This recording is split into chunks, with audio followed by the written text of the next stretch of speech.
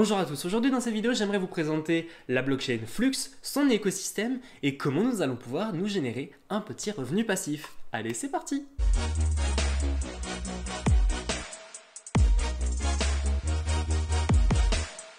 Alors bien évidemment, cette vidéo vient en complément des vidéos de Monsieur TK, bien évidemment, et d'ailleurs je le remercie parce que c'est d'ailleurs à lui que j'ai découvert le réseau Flux. Alors avant de vous présenter son utilisation, on va commencer par son histoire. D'où provient le réseau Flux? Eh bien le réseau Flux a été créé en 2018 et c'est tout simplement un hard fork du réseau Zcash qui est lui-même un hard fork du réseau Bitcoin. Alors qu'est-ce que c'est qu'un hard fork? Eh bien c'est tout simplement une scission, une division et une modification du code pour le mettre à son avantage en fonction des développeurs qui sont derrière.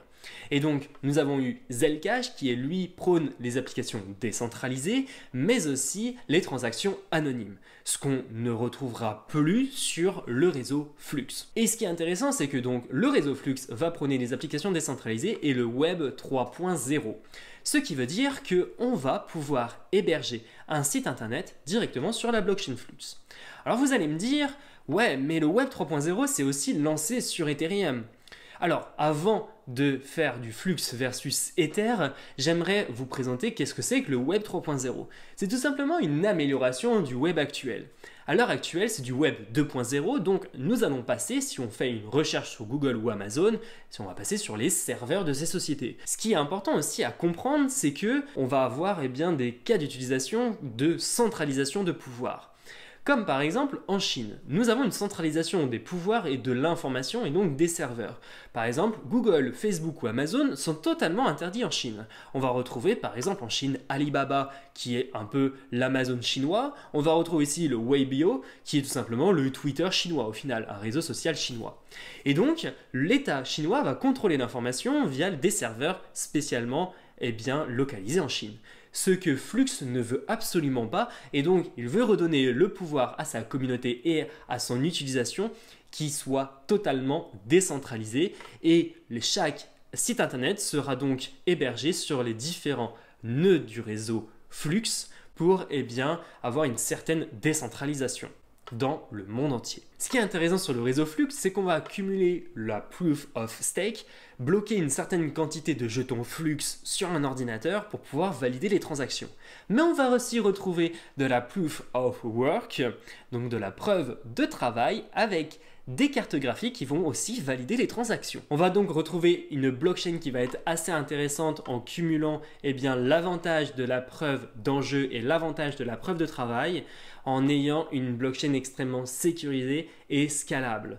Ce qui veut dire qu'on va avoir des transactions qui seront validées toutes les 2 minutes environ. Et les récompenses par bloc sont à l'heure actuelle de 74 flux par bloc validés toutes les 2 minutes. Ce qui est intéressant aussi, c'est que les deux consensus vont être main dans la main où 50% des transactions seront validées par de la preuve de travail et 50 autres % sera validé par de la preuve d'enjeu. Ce qui est aussi important à noter, c'est que l'algorithme, donc le ZelH, va lui sélectionner aléatoirement et ça va être une fois sur deux, on va retrouver un masternode et une carte graphique. Ce qui est intéressant sur le réseau Flux, et c'est là où le revenu passif va arriver, c'est que soit on possède notre propre carte graphique, soit on va posséder notre propre masternode. Vous allez avoir 3 types de masternodes. Le premier, c'est le Cumulus, où vous devrez bloquer 1000 flux. Le deuxième, c'est le Nimbus où vous devrez bloquer 12 500 flux et le troisième c'est le Startus où vous devrez bloquer 50 000 flux sur votre nœud. Bien évidemment, il faut que votre nœud corresponde aussi aux spécifications techniques demandées par l'équipe pour pouvoir le lancer. Autrement, votre nœud ne se pourra pas se lancer efficacement sur le réseau. Et si vous n'avez pas la possibilité de bloquer autant de quantité de flux sur un nœud, vous avez la possibilité de passer par des prestataires externes, comme par exemple Philmining, qui propose le partage et le masternode partagé, où donc là vous pourrez bloquer une plus petite faible quantité de flux et vous aurez en récompense un certain pourcentage des récompenses de ce masternode. Vous allez avoir aussi chez CoinMetro, où là CoinMetro est un partenaire officiel de la blockchain Flux et donc vous pourrez bloquer à partir de 500 flux chez eux. Vous aurez donc la possibilité d'avoir eh bien, ces fameux récompenses en token Flux directement sur votre portefeuille CoinMetro. Et donc, au niveau de son utilisation, eh bien, on a vraiment des cas concrets d'utilisation à l'heure actuelle où je tourne ces vidéos. Par exemple, nous avons des serveurs Minecraft qui tournent sur la blockchain Flux. Eh bien, pour lancer votre propre nœud Polkadot, votre propre nœud Presearch ou votre propre nœud Firo, par exemple, directement sur FluxOS, qui est le squelette prépondérant et important de la blockchain Flux. Alors, qu'est-ce que c'est que FluxOS? C'est tout simplement le squelette qui va permettre de faire l'intermédiaire entre la blockchain Flux et l'utilisation avec son utilisateur qui va interagir avec le site internet. On aura donc tous les fichiers qui sera important au bon déroulement et donc on aura juste à l'uploader et le lancer sur le réseau Flux. Ce qui est aussi important à noter, c'est que sur FluxOS, eh bien, il prend en compatibilité tous les langages de programmation. Par exemple, le langage de programmation sur la blockchain Ethereum, c'est juste Solidity. Eh bien, sur la blockchain Flux et donc sur FluxOS, on va pouvoir accéder Solidity, mais aussi d'autres langages de programmation. Ce qui permet donc de toucher énormément de types de développeurs pour le lancement d'une application décentralisée ou d'un site internet. Nous allons aussi retrouver un outil qui va être assez important pour le déploiement d'un nœud Flux ou le déploiement d'un autre nœud, ça va être le wallet Zelcore, qui est tout simplement un portefeuille no custodial. Qu'est-ce que ça veut dire par là? Ça veut dire que c'est un portefeuille qui vous appartient et qui n'est hébergé par aucune entité centralisée. Ce qui veut dire que les mots de récupération que vous aurez sur votre portefeuille, du moins vos clés privées, vous pourrez les réutiliser sur une autre application du réseau compatible. Ce qui est aussi intéressant avec le wallet Zelcore, c'est qu'il est compatible avec différents réseaux. On va retrouver Bitcoin, Ethereum, Solana, blockchain Tron, la blockchain Binance Smart Chain, etc., etc. Et donc, à partir du moment où vous avez votre clé privée, vous pourrez, par exemple, sur le réseau Ethereum, réutiliser cette clé privée et l'inscrire sur votre MetaMask et votre portefeuille fonctionnera. Donc, ce qui veut dire qu'à partir du moment où vous avez votre clé privée, peu importe ce qu'il arrive au portefeuille Zelcore, vous aurez vos crypto-monnaies dans vos mains et vous pourrez les réutiliser sur une autre application qui fonctionnera. Sur le portefeuille Zelcore, on va pouvoir gérer la création d'un nœud Flux, d'un nœud Presearch ou d'un nœud Polkadot par exemple, directement depuis son interface. On va aussi retrouver la connexion aux exchanges centralisés. Par exemple, on va pouvoir échanger nos crypto-monnaies que nous avons sur notre portefeuille Zelcore et les échanger sur une autre crypto-monnaie via Coinbase par exemple ou via l'extension Binance qui est intégrée directement à l'application et ça c'est vraiment intéressant via les clés API. Et sur le wallet Zelcore, on va aussi retrouver différents types d'assets sur le réseau Flux. Par exemple, on va retrouver des parallèles assets. Qu'est-ce que c'est que des parallèles assets? Eh bien, ce sont tout simplement des tokens Flux sur les réseaux Binance Smart Chain, Ethereum, Solana, etc. Donc, par exemple, nous allons avoir du Flux Sol qui va se nommer Flux-Sol. Ce sera du Flux qui ne sera pas sur la blockchain Flux, mais qui sera sur la blockchain Solana, par exemple.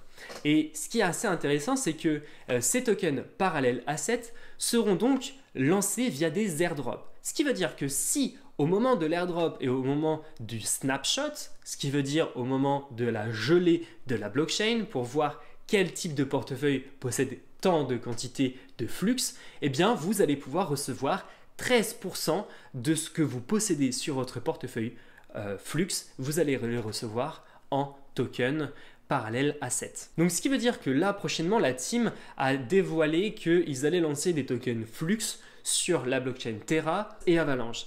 Si vous possédez des tokens Flux, par exemple 1000 Flux sur votre portefeuille Zelcore, vous allez recevoir 130 Flux sur ces différents réseaux via un airdrop.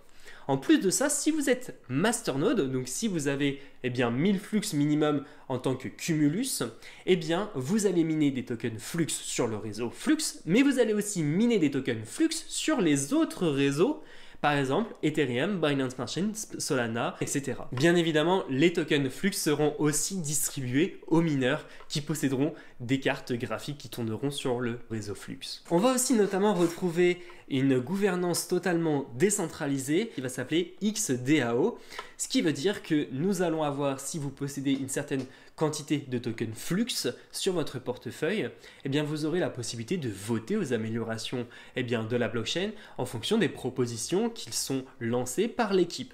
Si une proposition est totalement rejetée par la XDAO, eh bien l'amélioration ne se fera pas. Alors par contre, bien évidemment, plus vous posséderez de flux sur votre portefeuille, plus votre pouvoir de vote sera important dans la XDAO. Personnellement, je ne vais pas vous le cacher que j'ai découvert Flux avec Monsieur TK et puis la communauté. Parce que la communauté est de plus en plus grande. J'ai vu des tweets qui affichaient « Oh, j'ai reçu tant de Flux, machin ». Et donc moi, ça m'intéressait parce que je me suis dit…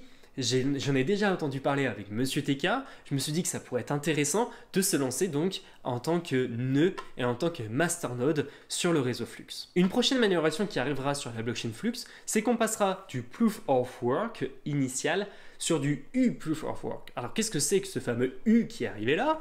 Comme ambulance, eh bien on va retrouver du Useful Proof of Work. Qu'est-ce que c'est que du useful? Ce qui veut dire qu'en fait, eh bien, les ordinateurs qui vont valider les transactions sur la blockchain Flux ne seront plus spécialement réservés à un calcul aléatoire de transactions ou à un hachage aléatoire. Ce qui est intéressant avec le U Proof of Work, c'est qu'on va non pas avoir des cartes graphiques qui seront spécialement dédiées à un calcul aléatoire, mais on va avoir aussi des cartes graphiques qui seront aussi dédiées à des calculs pour le monde réel. Par exemple, aider l'intelligence artificielle à calculer un algorithme ou reconnaître des images, ou alors aider un rendu virtuel ou un rendu visuel pour par exemple un logiciel de montage, etc.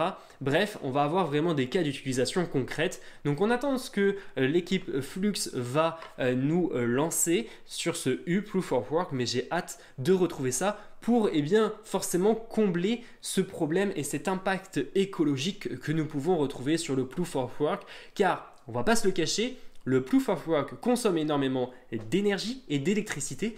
Bien évidemment, la source d'énergie et d'électricité peut nous réduire cet impact écologique que nous avons avec sur ce POW, mais bon, on va toujours avoir cette quantité d'énergie qui sera massivement utilisée avec le Proof of Work. Donc voilà les amis, j'espère que cette vidéo vous aura permis de mieux comprendre le fonctionnement de la blockchain Flux. Si vous avez la moindre question, n'hésitez pas à me les poster en commentaire de cette vidéo. Je vous remercie, n'hésitez pas à la liker, à la partager, n'hésitez pas aussi à vous abonner à la chaîne si ce n'est pas encore fait. N'hésitez pas à retrouver les différentes vidéos sur la blockchain de Monsieur TK si vous souhaitez en savoir plus sur le minage de Flux. Je vous remercie et on se retrouve à la prochaine dans une autre vidéo. Ciao ciao!